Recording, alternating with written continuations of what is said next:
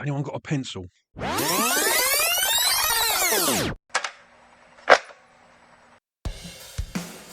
Hello and welcome to the Mixtape podcast. My name's Mark and I am your host. Thank you so much for tuning in for this week's episode. Every week on the show, I ask my guests to make up an imaginary mixtape and pick 6 tracks for it. I've had some incredible chats.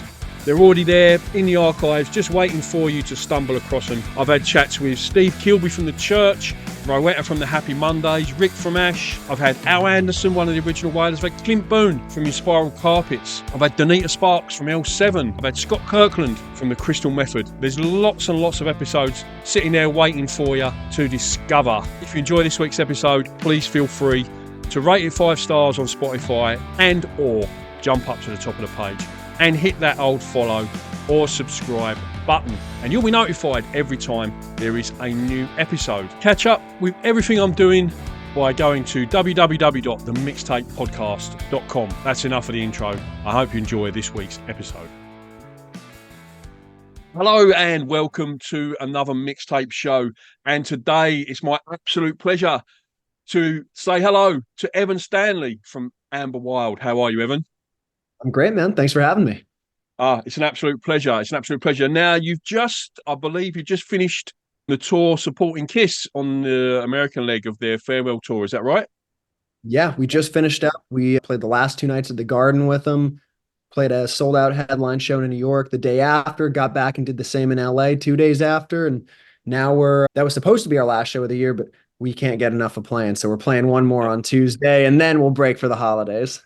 Yeah, right. That's a pretty good gig to get, supporting Kiss. You must have someone on the inside there, mate. That was, it's an unbelievable opportunity. And it's, very, very grateful to have the love there that got us on. And, it's an interesting thing because the one thing is, at the end of the day, no matter what connections you got or who you got behind you, the public gets to decide what works and what doesn't. Exactly So, right. Yeah. Especially playing for Kiss fans, that's an audience that's been built up over the last, 50 years. That's half a century of bombastic shows and killer songs and that many life moments that people have, attached to with Kiss as the music playing there. And that's something that's hard to go on in front of. So we knew going in, we had to make sure we were on our shit. And I'm really happy to say that every night went over great. And, we really, I think by the 3rd song or so, always seemed to win everyone over. And it was an absolute blast. Yeah, I can see from been giving your single, your double A side single that's out at the moment, Breakout and Silver. I can see from listening to that. Obviously, I haven't seen you live, but just listening to that, I could tell that you would more than likely go over really well, like with Kiss fans. It's a fantastic single. Just tell us a little bit about like sort of the writing and the sort of recording process and your sort of creative process when you go into writing songs. Yeah, I mean, it's different with every one of them.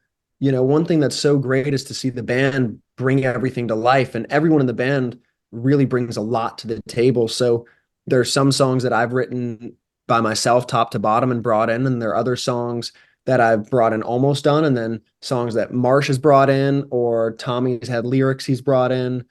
And there's tons of times, bring something in that's partially done, and we kind of finish up together. But even the stuff that, I wrote by myself, like, it comes to life when the band plays it. Everyone's doing so much to really bring their A game and set apart what we do, or hopefully set apart what we do. And that's something that really got us going early, is really quickly, even though we hadn't quite figured out what maybe the sound was at the very beginning, we knew there was chemistry there from the first time we played. It was like, okay, there's definitely something here. There's something here that we don't really feel often. We gotta grab that and run with it, So Yeah. After that, it was just figuring out, okay, where do we sound best and what do we do best? And that was a really great process too, and an ongoing one. That's something I think every band, you kind of come into your own, and then you hopefully continue to develop and always push yourself. Whereabouts did you all meet? How did you all sort of come together as a band? I met Tommy through So Thomas Lowry is the drummer, and I met him through a mutual friend just out at a diner one night. And I'd heard him play. I knew he was killer, and he knew Marshall Vi, who's the other guitar player, and he sings great too. And then after we started playing together, we started playing in about January, all three of us. And then we were playing with another bass player and good guy, but it just wasn't quite the right fit. And we still had a lot of gigs on the book. So we kind of were in a scramble asking around. And my buddy Frank, who's a great guitar player, was like, you should talk to this guy, Jake. And that's Jake Massineri, who's the bass player. We met him. Marsh and I went to have a drink with him one night and we just clicked and it was like, all right, this is good. Let's go Yeah. play and play Yeah. either the next day or the day after. And then it was like, well, we got a gig this weekend. You in? And that was that. It just worked. Yeah. I had Danita Sparks from L7 on the show a few weeks ago, and I asked her, like, someone been in the biz for that amount of time, like, what would be a good piece of advice for her to bands like starting out now, like young bands, and she said, form your band like first, like just with your mates, like, and then decide like what you're gonna do. Like, it's important to have that like connection as people before you start sort of making music together. It's just like sit down and I'm going to start a band. Do you want to be in it? Yeah. What do you want to play? I'll play drums. Do you know what I mean? And it was fantastic bit of advice. Yeah, especially for longevity. I think if you get on well, you're touring, you're in each other's pockets. It's good to have that kind of friendship and that connection for sure. Absolutely. And I think it helps everyone really carries a lot of weight. There's no lazy member, there's no one, and everything is always about the greater good for the band, which I'm so grateful for everyone in it, myself included. We're always looking out what's best for the band. Because if the band does well, we all do well, and whether that is with a song or with performance or even down to at the end of the night, at the Echo in LA, like we didn't have anyone running merch and we had a lot of people trying to buy merch. So I ran over to the merch table after, but then our gear Yeah. has to get packed up. So Jake packed all my gear because he was like, okay, I saw you're busy with merch. It's like, it's not one of those things like, he's running a Helix, which is a thing instead of an amp. So his pack up was easy. And Mm. I know a lot of guys who would have been like, well, I did my pack up. Like I did my load out. Like you got to finish Yeah. yours. And it's like, oh, he was Yeah. just like, hey, how do you pack this? Where does this strap go? It's like, shit. And then he did Yeah. everything while I merch. And it's like, that's really indicative of how all the guys are. Everyone really looks out for one another and Yeah. does everything we can to help the band. Fantastic, fantastic. And future plans, Evan, like 2024 going forward for you. Obviously, you've got the single out at the moment on the streaming platforms and everything like that. Are we going to be getting a full album at some point in the near future?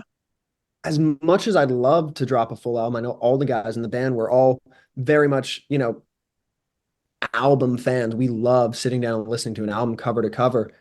I think that it's smarter to just put out singles at the moment with the way music is now, with how much time and energy and love and everything else goes into making a record. We don't want to put it out prematurely until there are people who go, we really want to hear a record. I Mm. think nowadays attention spans are so short. You got to make sure people are there for 10 songs. It's hard enough to get them for one. So for now, we got Mm. a lot of music, but we're going to, continue to put it out like singles, at least for the time being. And then we'll loop around with the record when the time's right. But until then, we're going to get some live singles out. We're going to get some new studio stuff. It'll be a good mix of both. And, hopefully between that and live shows, we keep people coming back for a little more.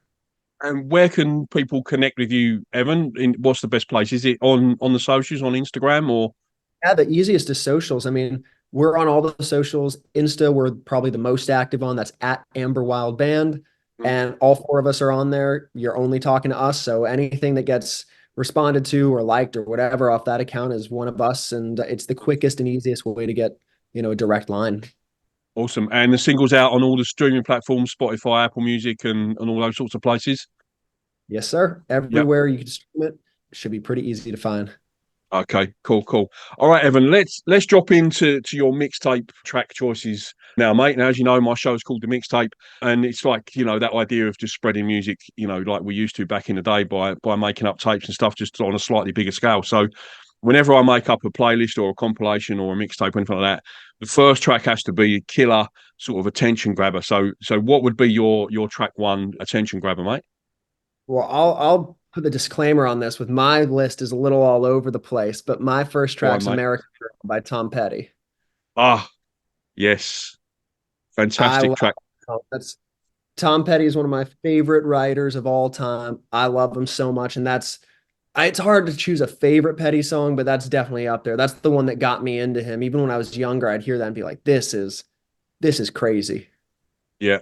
Bizarrely, I don't know why. I think it's featured in the movie, but it always reminds me of Silence of the Lambs, that movie. I think one of the Really? Is characters it in is it? singing it in the car or something like that. And whenever I think of that song, I always think of that scene. Yeah, it's a bizarre memory to have to that song, but yeah. Oh man, I gotta rewatch Silence of the Lambs. It's been a minute, but yeah, that song is just ridiculous. Yeah, no, it's a fantastic track and sadly missed Tom Petty for sure. A superb choice for an attention grabber, mate. It certainly is that. Track two, Evan. I asked you to pick a song that you sing loud and proud when you're on your own in the car or the shower, mate. What did you pick? Whole lot of love. That's Oh, just it's such a ridiculous vocal, and I love that song. And that's one that you can't ever out Robert Plant. So you won't catch me singing it in public. But man, when I'm by myself, I'll go for it because that's just a ripper. I think that's one of those you like for me, my sort of rudimentary singing abilities. Like you get the extra lift when you're in the shower from the steam and the moisture. Like you got that Yeah, extra exactly. You like got mile. Do the you know what I mean? echo and the steam. Yeah, that's one of the only ones that you could yeah, it's going to give you a boost for sure. Like you say, you'd never catch me singing that in public either. That's one of those you Yeah, just think, no. and that whole lot of love too. It's funny, a lot of people don't know, but if you listen to a whole lot of love, you can go back about a year before and listen to the Small Faces version of You Need Lovin', which is a Muddy Waters song.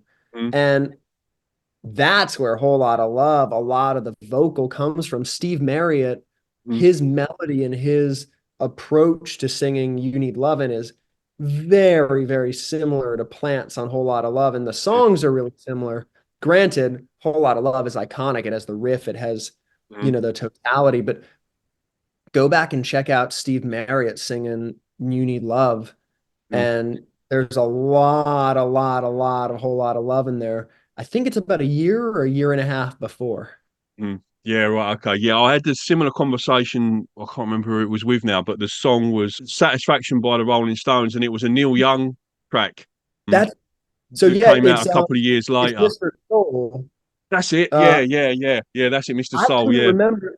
Did Mr. Soul come out first or was I No, thought Satisfaction was yeah, it first. did. Yeah, it was about a year and a half earlier. Yeah, because I remember reading a story about Keith Richards that he woke up in the middle of the night, hit record on Yeah, a tape player, and recorded that played riff, it. and then went back to sleep.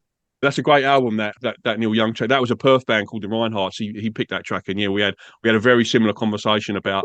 And I think in the '60s, particularly, they were quite, how should I put it, economical with their like Yeah. sort of riffs and with their riffs and melodies and stuff like that. Oh, for Yeah, sure. absolutely.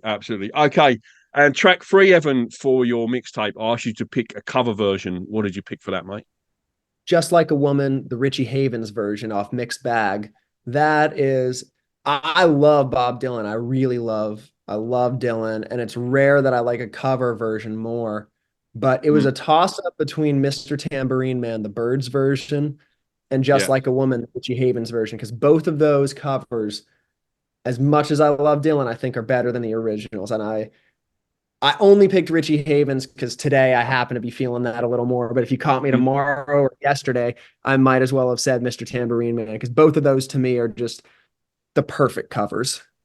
I think Bob Dylan is probably the most. He makes the most appearances on the mixtape, either as a yeah in a cover or as songs in his own right. I'm pretty sure he's up there as number one. But when you said That's just like a woman, when you said just like a woman, I was hoping you were going to say Jeff Buckley because oh man, yeah. he does an amazing cover version of that on live at Chennai. Oh, he does. Yeah, untouchable. Yeah, that's one of them. Like you say, it's rare that you think that a cover's better than the original, but that is one that I would pick as better than the original. And probably I'm not doing Dylan a disservice because I think he's just one of them artists. These songs get covered like so often, but I would put All Along the Watchtower by Hendrix in that Oh, for in sure. that category as well, like as a No, better than the I'm with original. Like, you. yeah, I had yeah. that blaring the other day, one of the first days I got back to LA, and it was like my first day driving in a couple months, and I just had that cranked, and yeah, it ridiculous. I mean, Yeah.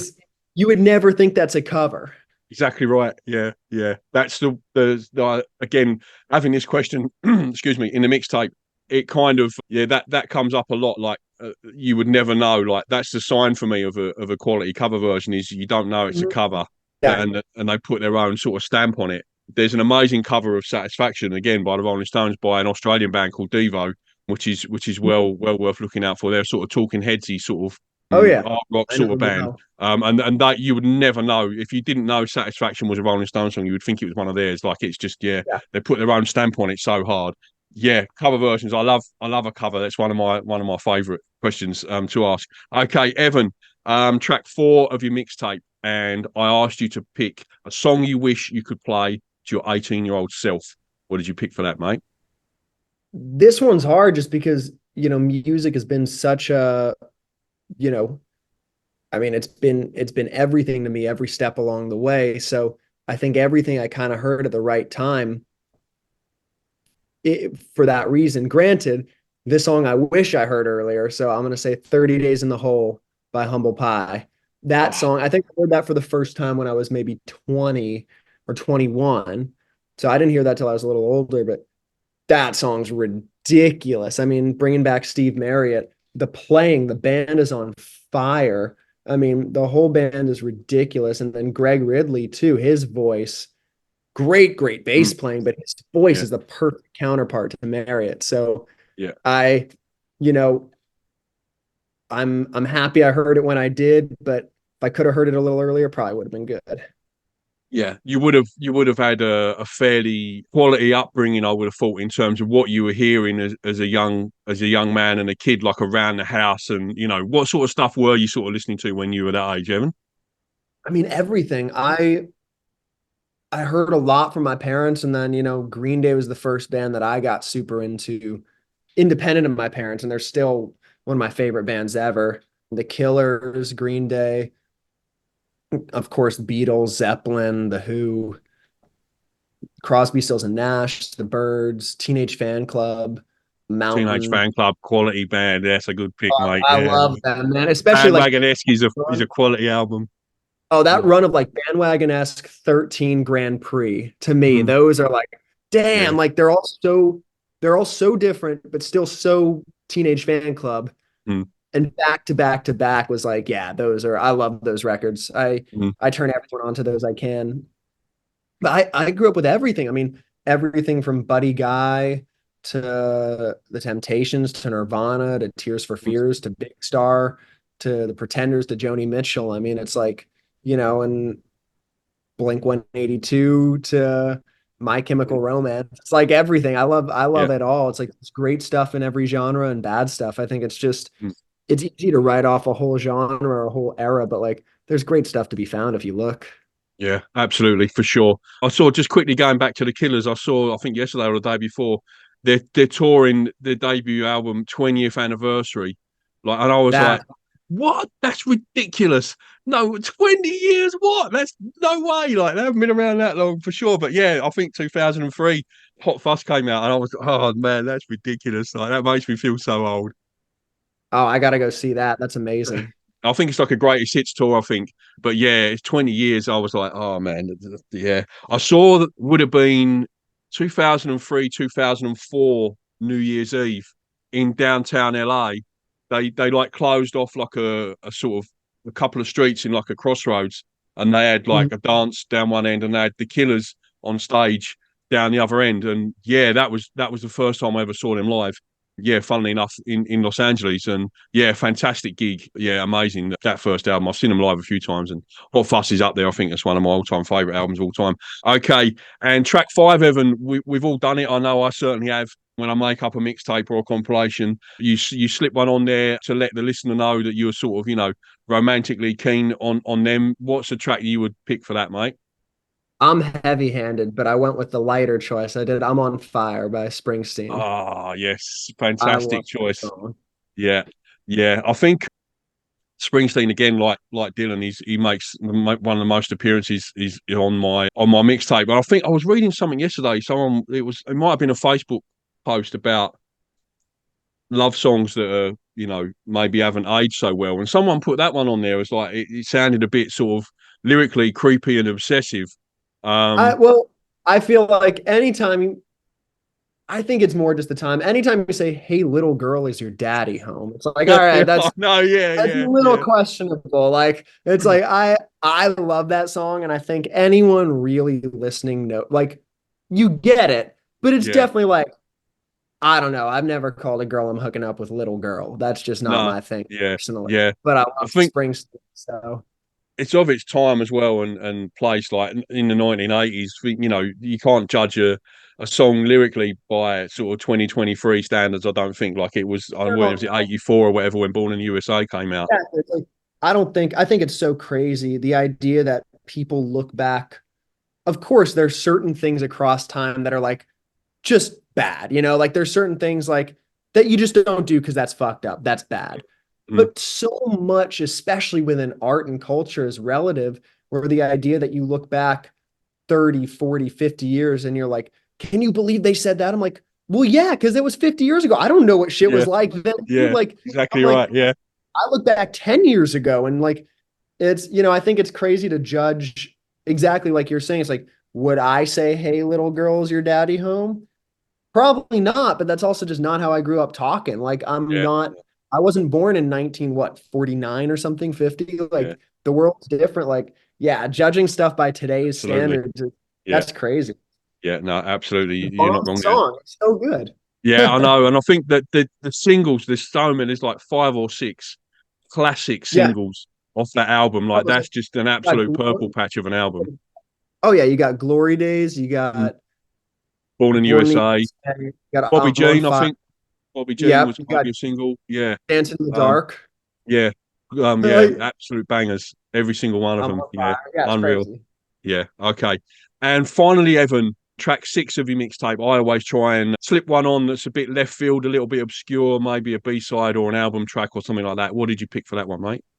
This was a toss up. So this was a hard one, but I had to get some Beatles on there. I almost went with Let 'Em Run Wild, which was the B-side to California Girls. It was the first one of the first singles that Brian Wilson produced for the Beach Boys, that and California Girls, that were kind of indicative of where it was going towards Pet Sounds. So it Mm. came out first, and it was on Summer Days and Summer Nights, I think. But I love that song, Let 'Em Run Wild. But it lost out to Rain by the Beatles. Crazy to Great think the choice. idea that they had so many great songs that they could afford to make that not only a B-side, but a B-side that didn't even appear on an album. I'm like, Mm. you got to have amazing songs to say, yeah, this one can just be a B-side.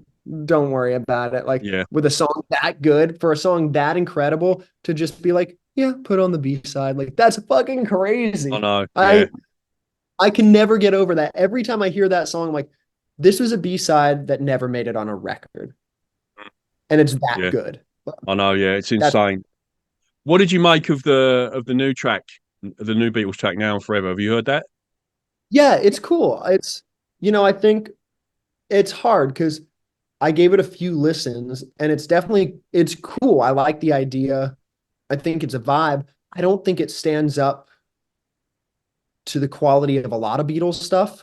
I don't think it would be out of place like as a album cut on the White Album or Mhm. something, but Yeah. it and I don't mean that in a bad way. Like, you know, the Beatles are unfathomably good. The amount of incredible, A plus plus plus material they put out in such a short amount of time is mind-boggling. But yeah, there were some album cuts that were like fine. And to me, Mm. it feels more like it's a really cool story. It's a really cool vibe because we get to hear it again. Like, I like what Yeah. they did. Yeah.